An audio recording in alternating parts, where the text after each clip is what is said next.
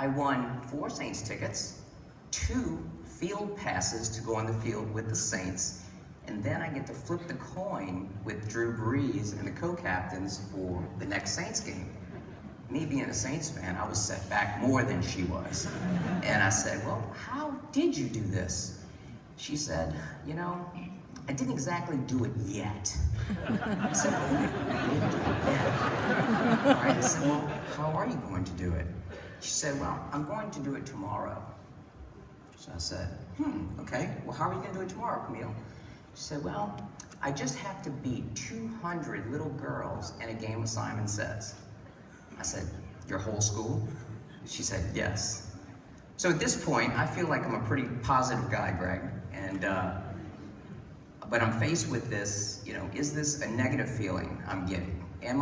Do I need, as a father, to protect my little girl and tell her that there are 200 chances, even more, that she may lose tomorrow?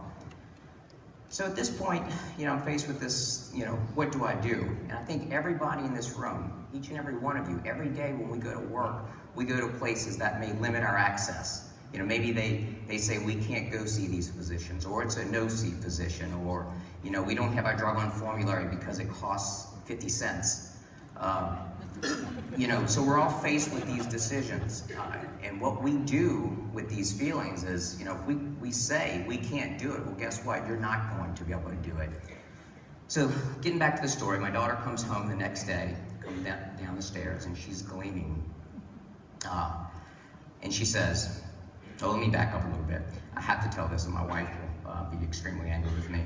So I didn't respond to that comment. I just kind of sat there for a second. And my wife, who's a very aggressive pharmaceutical rep as well, she says, you go get that. You go win. It's like, whew, the monkey was off my back, right? So Camille comes down the stairs, and she's gleaming. She says, Dad, you better be nice to me. I said, why? She said, because if you're not, I'm going to take Mom on the field with me with those 2 field passes. I said, wait a minute, let me get this straight. So you actually beat 200 little girls in a game of Simon Says? She says, yes. Walked off, end of conversation. So I learned something that day. You know, what Greg has been saying all these years is really true. So we really need to pay attention to these words, because that day I learned something, that things are 100% possible. There she is.